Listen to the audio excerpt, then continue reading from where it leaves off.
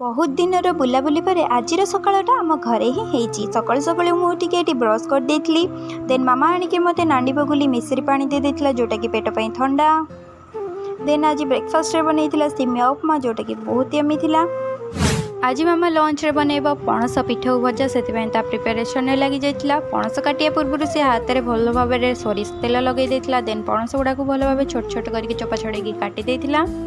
Then से gas बसैकी कड़ाई रे पानी देकी लुण हलदी पकईकी पणस गुड़ाक पकईकी ताकू सिझाई बसई देइथिला। ताकू सिझाई को बसई देकी एठी अरुआ चाउल गुड़ाक बतुरई देइथिला काहेकि ना पिठौ बटा हबो। अरुआ चाउल किछि समय बतुरैबा पर सेथिरे जीरा रसुण सुखला लंका पकईकी भल भाबे रे टिके ग्राइंडिंग कर देइथिला।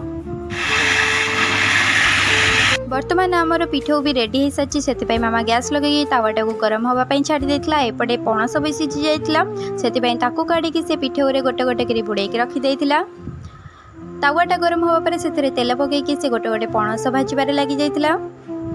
देन आमर किछि समय पर रेडी हो जाइला पणस पिठौ भजा।